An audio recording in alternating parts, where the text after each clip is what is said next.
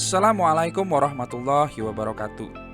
Perkenalkan, saya Irawan Taruna, peserta Latsar Angkatan 61 tahun 2022 Pemprov Kaltara. Kali ini saya akan membawakan materi mengenai manajemen ASN dan Smart ASN. Yang pertama, definisi manajemen ASN. Sesuai Undang-Undang Republik Indonesia Nomor 5 Tahun 2014 tentang Aparatur Sipil Negara, manajemen ASN adalah pengelolaan ASN untuk menghasilkan pegawai ASN yang profesional, memiliki nilai dasar, etika profesi, bebas dari intervensi politik, bersih dari praktik korupsi, kolusi, dan nepotisme. Dengan menggunakan bahasa saya sendiri, manajemen ASN adalah pengelolaan ASN dengan konsep dan kebijakan yang benar untuk menciptakan profesionalisme aparatur sipil negara. Jenis pegawai ASN. Berdasarkan jenisnya, pegawai ASN terdiri atas: yang pertama, pegawai negeri sipil atau PNS, yaitu warga negara Indonesia yang memenuhi syarat tertentu diangkat sebagai pegawai ASN secara tetap oleh pejabat pembina kepegawaian untuk menduduki jabatan pemerintahan. PNS memiliki nomor induk pegawai secara nasional. Yang kedua, pegawai pemerintah dengan perjanjian kerja atau PPPK, yaitu warga negara Indonesia yang memenuhi syarat tertentu yang diangkat oleh pejabat pembina kepegawaian berdasarkan perjanjian kerja sesuai dengan kebutuhan instansi pemerintah untuk jangka waktu tertentu dalam rangka melaksanakan tugas pemerintah. Tugas dan peran pegawai ASN. Tugas pegawai ASN yang pertama, melaksanakan kebijakan yang dibuat oleh pejabat pembina kepegawaian sesuai dengan ketentuan peraturan perundang-undangan. Yang kedua, memberikan pelayanan publik yang profesional dan berkualitas. Dan yang ketiga, mempererat persatuan dan kesatuan negara kesatuan Republik Indonesia.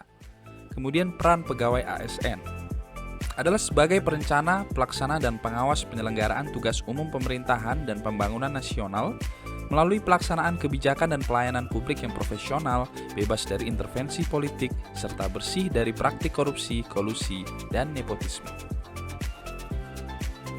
Hak pegawai ASN. PNS berhak memperoleh: 1. Gaji, tunjangan, dan fasilitas. 2. Cuti. 3. Jaminan pensiun dan jaminan hari tua.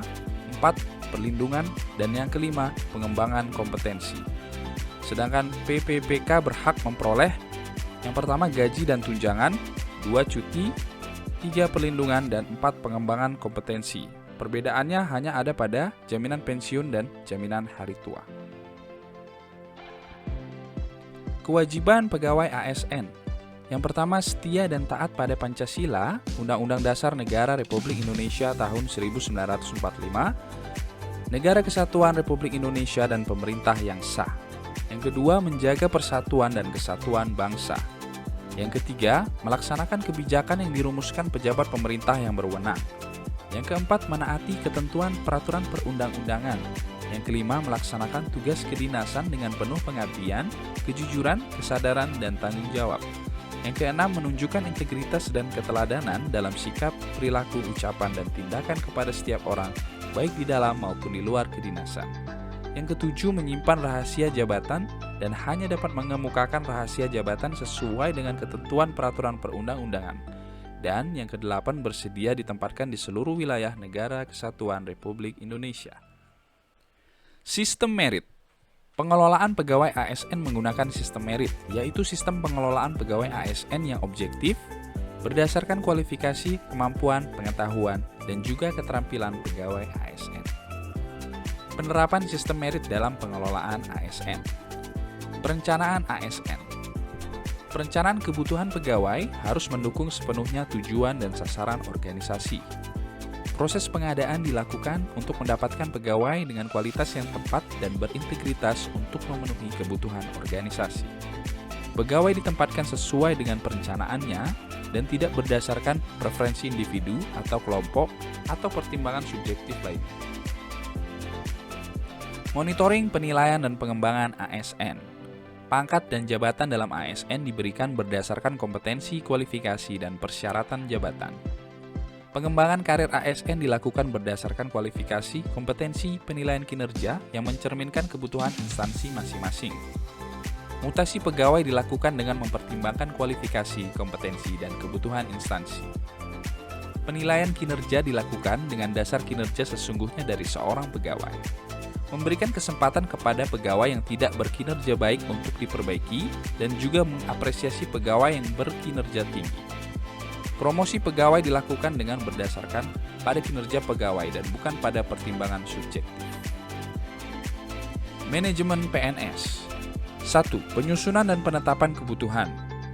Setiap instansi pemerintah wajib menyusun kebutuhan jumlah dan jenis jabatan PNS berdasarkan analisis jabatan dan analisis beban kerja. 2. Pengadaan. Pengadaan PNS di instansi pemerintah dilakukan berdasarkan penetapan kebutuhan yang ditetapkan oleh Menteri. Pengadaan PNS dilakukan melalui tahapan perencanaan, pengumuman lowongan, pelamaran, seleksi, pengumuman hasil seleksi, masa percobaan, dan pengangkatan menjadi PNS. 3. Pangkat dan jabatan. Pengangkatan PNS dalam jabatan tertentu ditentukan berdasarkan perbandingan objektif antara kompetensi, kualifikasi, dan persyaratan yang dibutuhkan oleh jabatan dengan kompetensi, kualifikasi, dan persyaratan yang dimiliki oleh pegawai. 4. Pengembangan karir. Pengembangan karir PNS dilakukan berdasarkan kualifikasi, kompetensi, penilaian kinerja, dan kebutuhan instansi pemerintah dengan mempertimbangkan integritas dan moralitas. 5. Pola karir. Setiap instansi pemerintah menyusun pola karir PNS secara khusus sesuai dengan kebutuhan berdasarkan pola karir nasional. 6. Promosi. Promosi PNS dilakukan berdasarkan perbandingan objektif antara kompetensi, kualifikasi, dan persyaratan yang dibutuhkan oleh jabatan, penilaian atas prestasi kerja, kepemimpinan, kerjasama, kreativitas, dan pertimbangan dari tim penilai kinerja PNS pada instansi pemerintah tanpa membedakan gender, suku, agama, ras, dan golongan. 7. Mutasi. Setiap PNS dapat dimutasi tugas dengan memperhatikan prinsip larangan konflik kepentingan. 8. Penilaian kinerja. Penilaian kinerja PNS dilakukan berdasarkan perencanaan kinerja pada tingkat individu dan tingkat unit atau organisasi, dengan memperhatikan target, capaian, hasil, dan manfaat yang dicapai, serta perilaku PNS. 9. Penggajian dan tunjangan. Pemerintah wajib membayar gaji yang adil dan layak kepada PNS, serta menjamin kesejahteraan PNS. Selain gaji, PNS juga menerima tunjangan dan fasilitas. 10. Penghargaan. PNS yang telah menunjukkan kesetiaan, pengabdian, kecakapan, kejujuran, kedisiplinan, dan prestasi kerja dalam melaksanakan tugasnya dapat diberikan penghargaan. 11. Disiplin. Untuk menjamin terpeliharanya tata tertib dalam kelancaran pelaksanaan tugas, PNS wajib mematuhi disiplin PNS. 12. Pemberhentian. PNS diberhentikan dengan hormat karena 1. Meninggal dunia, 2. Atas permintaan sendiri, 3. Mencapai batas usia pensiun, 4. Perampingan organisasi, 5. Tidak cakap jasmani dan atau rohani sehingga tidak dapat menjalankan tugas dan kewajiban.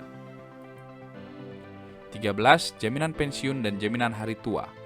PNS yang berhenti bekerja berhak atas jaminan pensiun dan jaminan hari tua PNS sesuai dengan ketentuan peraturan perundang-undangan. 14. Perlindungan. Pemerintah wajib memberikan perlindungan berupa 1. Jaminan kesehatan, 2. Jaminan kecelakaan kerja, 3. Jaminan kematian, dan 4. Bantuan hukum. Baik, selanjutnya kita akan membahas mengenai Smart ASN. Yang pertama, literasi digital. Menurut definisi UNESCO dalam modul UNESCO Digital Literacy Framework, literasi digital adalah kemampuan untuk mengakses, mengelola, memahami, mengintegrasikan, mengkomunikasikan, mengevaluasi, dan menciptakan informasi secara aman dan tepat melalui teknologi digital untuk pekerjaan yang layak, dan kewirausahaan. Ini mencakup kompetensi yang secara beragam disebut sebagai literasi komputer, literasi TIK, literasi informasi, dan literasi media. Pilar literasi digital. A. Etika bermedia digital. Etika bermedia digital adalah kemampuan individu dalam menyadari, mencontohkan, menyesuaikan diri, merasionalkan, mempertimbangkan, dan mengembangkan tata kelola etika digital dalam kehidupan sehari-hari. Diperlukan etika bermedia digital karena beberapa tantangan berikut. Yang pertama, keragaman kompetensi individu yang bertemu di ruang digital. Yang kedua, banyaknya konten negatif di media digital yang disikapi secara tidak sepantasnya oleh netizen Indonesia. B. Budaya bermedia digital. Bangsa Indonesia diwajibkan untuk memiliki sikap dan perilaku yang menjunjung nilai-nilai Pancasila dan Bhinneka Tunggal Ika. Indikator pertama dari kecakapan dalam budaya digital atau digital culture adalah bagaimana setiap individu menyadari bahwa ketika memasuki era digital, secara otomatis dirinya telah menjadi warga negara digital.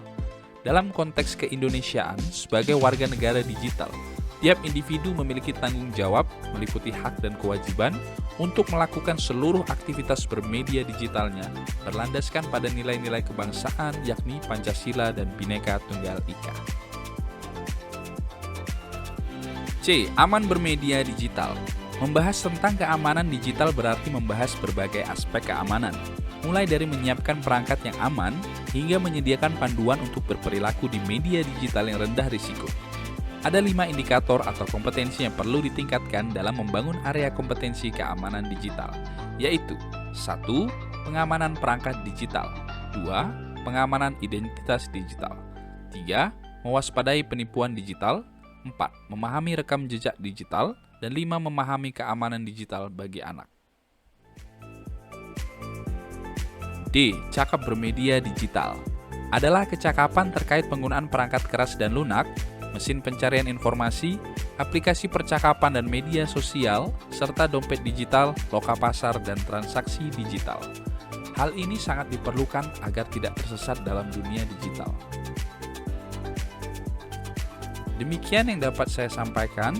Terima kasih telah mendengarkan. Assalamualaikum warahmatullahi wabarakatuh.